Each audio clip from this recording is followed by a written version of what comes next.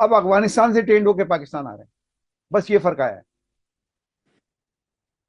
نہیں اب افغانستان سے ٹرین ہو کے ٹرین تو آلریڈی ہیں. نہیں، اس میں انہوں نے دیکھیے دعویٰ کیا ہے نا ٹرین پریس کانفرنس میں آج. سر آج پریس کانفرنس میں انہوں نے دعویٰ کیا ہے کہ وہ اس کی ٹریننگ افغانستان میں ہوئی ہے.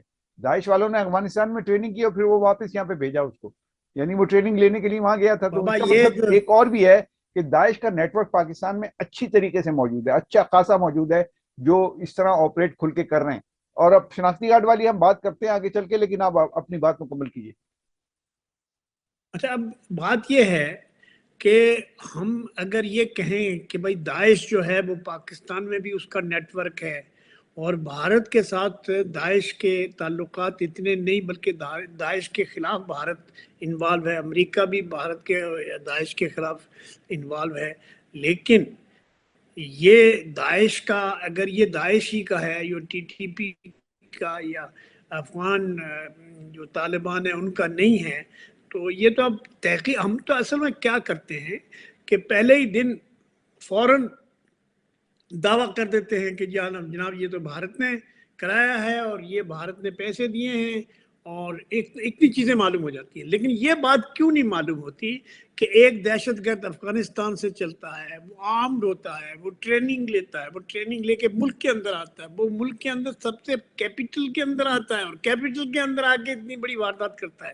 پھر نہیں، ہم اس کا کہاں جواب ہوتے ہیں دیا اس انہوں نے. وقت؟ اس کا جواب آج پریس کانفرنس میں دیا ہے محسن نقوی نے. انہوں نے کہا ہے کہ اگر 100 واقعات ہوتے ہیں تو 99 ہم روک لیتے ہیں. انہوں نے کہا کہ بار بار ایمفسائز کر کے کہا کہ میں دعوے سے یہ بات کر رہا ہوں کہ 100 واقعات میں سے 99 ہم روک لیتے ہیں، ایک ہو جاتا ہے. تو اس کا مطلب ہے کہ وہاں کام تو ہو رہا ہے. تو اس کا کیا مطلب ہے؟ اس کا مطلب یہ ہے، اس کا مطلب یہ ہے کہ اس کا مطلب یہ ہے کہ ابھی بلوچستان میں جو واقعات ہوئے ہیں، میں اس کو ایک اور اینگل سے دیکھتا ہوں کہ جو بلوچستان میں جو واقعات ہوئے ہیں وہ بھی، اور ایران اور پاکستان کے درمیان جو انٹیلیجنس شیئرنگ کا سلسلہ شروع ہوا ہے، یہ ایران کے اوپر امریکن اور اسرائیلی حملے کے بعد یا اس سے پہلے جو بھی، تو اس کا بھی یہ مجھے اس کا جو ہے وہ ری ایکشن نظر آتا ہے. کیونکہ انہوں نے یہ دیکھیں، اور وہ چاہتے ہیں کہ پاکستان میں جو ہے وہ سیکٹرین جو ہے وہ لڑائیاں شروع ہوں، اور تاکہ ان کو موقع ملے اپنا کھل کے کھیل کرنے کا. لیکن میں یہ جو بات کہنا چاہتا ہوں وہ یہ ہے کہ ابھی ایک ہفتہ بھی نہیں ہوا کہ افغانستان بلوچستان کے 50 جگہوں سے انہوں نے حملے کیے ہیں. اور اگرچہ کہ ہماری انٹیلیجنس ایجنسیز نے اور ہماری ایجنسیز نے اور ہماری فوج نے اور ان لوگوں نے گرفتار کر لیا، لیکن یہ لوگ اسلام آباد میں پہنچ جانا یہ بہت ہی بڑا پرابلم ہے. یہ بہت بڑی مسئلہ ہے. اس کو دیکھنا چاہیے، اور دیکھنا یہ چاہیے کہ یہ کہتے ہیں کہ انٹیلیجنس بیس آپریشن ہم پاکستان میں کر رہے ہیں. ارے بھائی، آپ جتنے آپریشن بھی کرو گے، وہ ان کے پاس ہزاروں کی تعداد میں ٹرینڈ لوگ ہیں، ان کو صرف ہتھیار دینے کی ضرورت ہے، ان کو صرف وہ بمبارڈمنٹ دینے کی ضرورت ہے. تو اب یہ ہے کہ وہ ہو سکتا ہے کہ نئی ٹریننگ بھی لے رہے ہوں اور کچھ نئی باتیں بھی ہو رہی ہوں، لیکن جب تک افغانستان میں جو ان کے ہیڈ کوارٹرز ہیں اور پاکستان کی ایجنسیز کو معلوم ہے کہ کہاں کہاں ان کے ٹریننگ سینٹر ہیں، کہاں کہاں ان کے جو ہیڈ کوارٹرز ہیں، کہاں کہاں ان کی ہدایت ہوتی ہے. اور میں یہ سمجھتا ہوں کہ افغانستان سے ٹریننگ کر کے بندہ اسلام آباد میں پہنچ گیا اور اس نے آ کے دھماکہ کر دیا، ہم دھماکے کے بعد شناختی کارڈ کے ذریعے ہم اس کو پکڑ رہے ہیں. دس از سم تھنگ میں نہیں سمجھتا ہوں کہ اچھا، یہ اس صحیح میں ایک راستہ سوال ہے اور بھی یا اٹھتا ہے. یہ اس صحیح میں ایک بات ہے. سوال ہو اور بھی سکتا اٹھتا ہے سردار صاحب، ذرا اس پہ بھی روشنی ڈالیے کہ کیا کوئی دہشت گرد شناختی کارڈ جیب میں رکھ کے جا کے خود کو حملہ کرے گا؟ یہ سینس میں does it make sense in your view? اب اس میں ایک مسئلہ یہ ہے کہ جو شناختی کارڈ کا اس کے لیے ضروری ہے، کیونکہ وہ ایک جگہ سے دوسری جگہ جاتا ہے. یعنی جو اگر پشاور سے چلا، افغانستان میں ٹریننگ لے کے پشاور آیا، پشاور سے وہ پنڈی آیا، پنڈی سے وہ اسلام آباد آیا، اسلام آباد میں بھی اس میں سبرب میں گیا اور اس نے بھی وہاں اہل تشیع کی مسجد کو ٹارگٹ کیا، تو یہ کوئی سر اس کے اندر ایک تو بٹن سے تھوڑی ہوا ہے. اس میں کہیں تو گیپ ایسا آ سکتا ہے کہ وہ شناختی کارڈ نکال کے اپنا ادھر ادھر کر دے اور پھینک دے اس کو کسی ایسی جگہ پہ جو لوگوں کو نہ پتہ چل سکے، لیکن جیب میں رکھ کے تو وہ وہاں خود کش حملہ کرنے جا رہا ہے، یہ میری نظر میں تو اس سینس میں نہیں آ رہا، مجھے سمجھ میں نہیں آ رہی۔ دوسری بات یہ کہ دیکھیے دوسری بات یہ کہ کیا وہ شناختی کارڈ اوریجنل ہے، یہ بھی ایک سوال ہے، کیا وہ شناختی کارڈ اوریجنل ہے کہ جو جیب میں رکھ کے گھوم رہا ہے، اس میں کوئی دو نمبری تو نہیں ہے؟ اب یہ سیکورٹی فورسز کے لوگ سڑکوں پہ تو یہ کنفرم نہیں کر سکتے نا کہ یہ شناختی کارڈ جعلی ہے اصلی ہے۔ تو یہ سوالات ہیں اس حوالے سے کہ گورنمنٹ، اور اس میں حیرت انگیز بات یہ ہے کہ 24 گھنٹے کے دیکھیے نا، اندر ہم سب سے پہلے آسان، دیکھیے وہ تو صحیح ہے کہ بھائی ایک آدمی ہے جو جس آپریشن میں جا رہا ہے وہ کوئی چیز ایسی اپنے ساتھ رکھے گا کہ جو اس کو کسی وقت بھی کوئی اگر ٹریپ کرے یا پکڑے اس کو تو وہ اپنا شناختی کارڈ دکھا سکے کہ وہ کہاں سے آیا کیا آیا، وہ بات سمجھ میں آتی ہے۔ اور دوسرا یہ کہ یہ جہادی لوگ جو خود کش حملہ کرتے ہیں بردر، یہ اپنی آئیڈینٹی چھپاتے نہیں ہیں، یہ تو جنت میں جانے والے لوگ ہیں، یہ جنت میں انہوں نے بکنگ آلریڈی کرائی ہوئی ہوتی ہے، تو اس لیے وہ اگر شناختی کارڈ لے کے بھی پھر رہے ہو تو کوئی مجھے بالکل حیرت نہیں ہوگی، کیونکہ یہ ان کا کاروبار ہے۔ اور دوسرا یہ کہ جو لوگ ان کو بھیجتے ہیں اور جو لوگ ان کو فنڈ کرتے ہیں وہ ظاہر ہے کہ ان کو ان سے کوئی یہ دعویٰ، اور یہ ظاہر ہے کہ حکومت پاکستان کے لیے سر اس میں یہ بات تو سینس نہیں مطلب پریویل کرتی نا کہ ایک آدمی جو دہشت گرد خود اس کو پتا ہے کہ میں خود کش حملے میں مارا جاؤں گا، لیکن میں پیچھے جو اپنا شناختی کارڈ چھوڑ رہا ہوں اس کی وجہ سے میرے پیچھے 4 لوگ جو ہے 5 لوگ پھنس جائیں گے، تو یہ سینس پریویل کرتا ہے سر؟ کیا مطلب مجھے نہیں سمجھ میں آ رہی یہ بات۔ دیکھیے میں انٹیلیجنس ایجنسی کا کوئی ماہر تو ہوں نہیں، لیکن میں یہ سمجھتا ہوں کہ جو جہادی ایلیمنٹ ہیں، ملیٹنٹ جو گروپس ہیں، وہ بہت کلیئرلی اوپنلی اپنے آپ کو آئیڈینٹیفائی بھی کرتے ہیں اور اعلان بھی کرتے ہیں، اور سر اپنا پتہ تھوڑی بتا کے اعلان کرتا ہے کوئی۔ خیر ہم اس کو چھوڑتے ہیں، بحث کو آگے بڑھتے ہیں، ہم آگے بڑھتے ہیں۔ اگلا سوال میرا یہ ہے کہ محسن نقوی نے یہ کہا کہ اس میں امریکن اسلحہ یوز کر رہے ہیں وہ سارے دہشت گرد، وہ ٹی ٹی پی ہو یا القاعدہ ہو یا یہ داعش والے ہوں یا دوسرے کوئی آؤٹ لیٹس ہوں۔ تو اب میرا ایک سوال آپ سے ہے، بڑا باریک سا سوال ہے، کہ آپ یہ سمجھتے ہیں کہ جو امریکن اسلحہ چھوڑ کے گئے ہیں افغانستان میں وہ کوئی غلطی تھی یا کوئی ڈیلیبریٹ مطلب پلاننگ تھی، کوئی ان کا منصوبہ تھا آگے کے لیے اس خطے کا کے اوپر نظر رکھنے کے لیے یا اس خطے کی صورتحال کو بگاڑنے کے لیے ان کا ایک منصوبہ تھا کہ وہ اتنا سارا اسلحہ چھوڑ کے گئے یہاں پر؟ دیکھیے ایک تو یہ بات ہے کہ یہ بات صحیح ہے آپ کی کہ امریکن بہت بڑی تعداد میں اسلحہ چھوڑ کے گئے ہیں، اس میں کوئی شک نہیں ہے۔ اس کے علاوہ بات بتاؤں، 600 سے 800 ملین ڈالر ہر مہینے یو ایس گورنمنٹ جو ہے وہ طالبان کو دے رہی ہے، اور طالبان کے بارے میں یہ بات بھی وہ کہہ رہی ہے کہ جی طالبان جو ایسا نہیں کریں گے ویسا نہیں کریں گے۔ صاحب وہ طالبان ہوں، وہ القاعدہ ہو، وہ داعش ہو، یہ ایک ہی ہے۔ اچھا افغانستان میں کیوں ہے پھر؟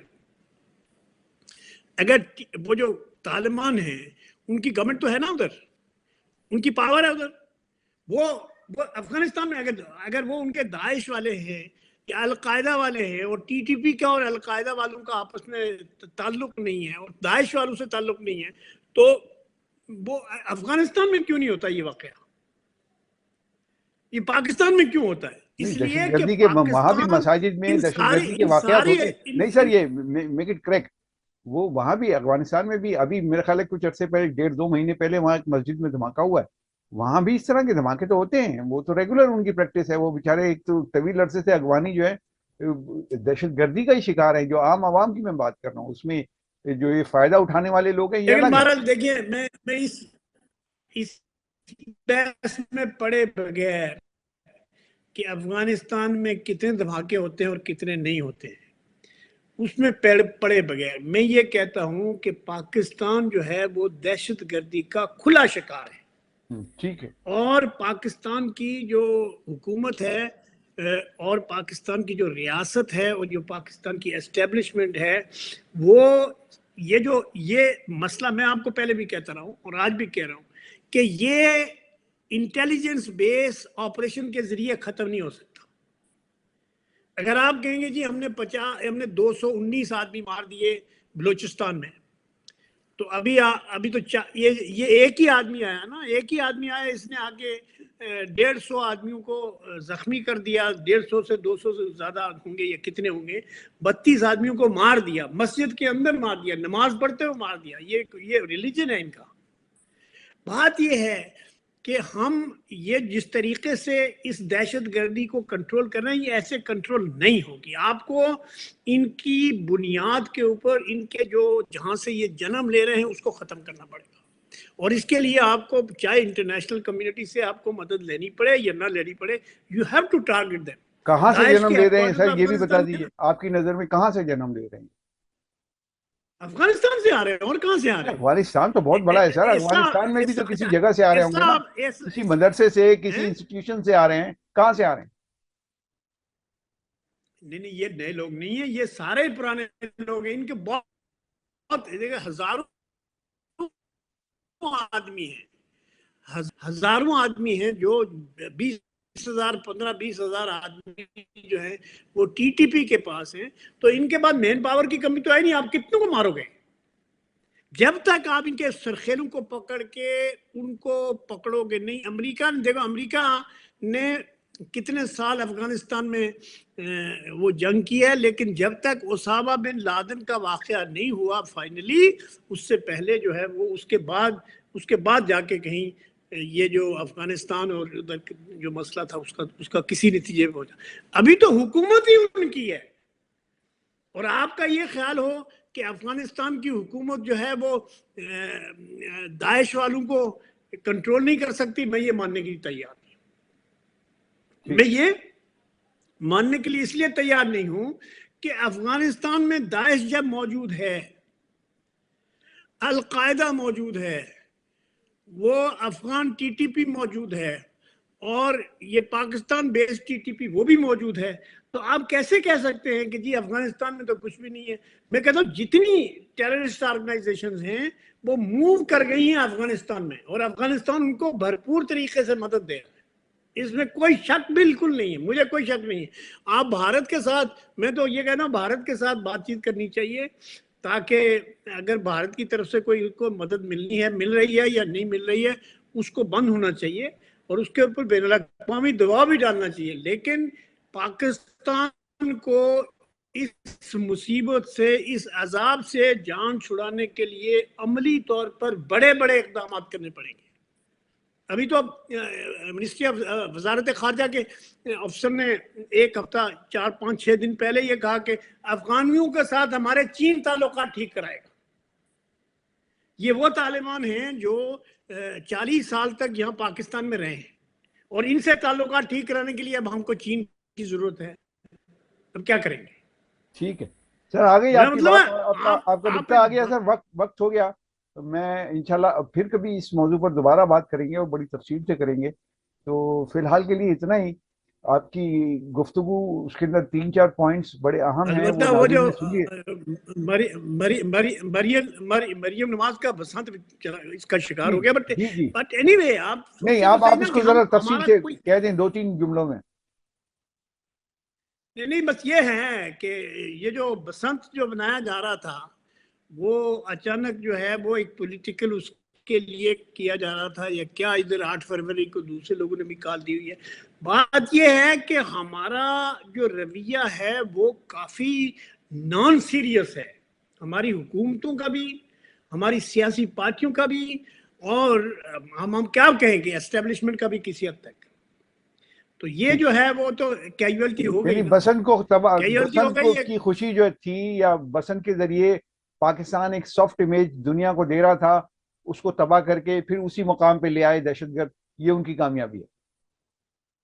تو آپ سمجھ سکتے ہیں نا کہ اس ملک میں آپ کچھ بھی نہیں کر سکتے، نہ انویسٹمنٹ لا سکتے ہیں، نہ اقتصادی ترقی کر سکتے ہیں، نہ پولیٹیکل سٹیبلٹی لا سکتے ہیں، جب تک آپ اس دہشت گردی کے بنیاد سے نہیں اکھیڑیں گے. آپ یقین کرو، اس کے ٹھیک ہے. علاوہ کوئی اور، ہم کہتے ہیں سارے 100 کام ہیں، سارے ہیں، لیکن یہ کام سب سے امپورٹنٹ ہے اور سب سے پہلا ہے. ٹھیک ہے، بہت شکریہ سردار صاحب، آپ نے گفتگو کی. ناظرین گفتگو آپ نے سن لی. میں اجازت چاہتا ہوں. اللہ حافظ.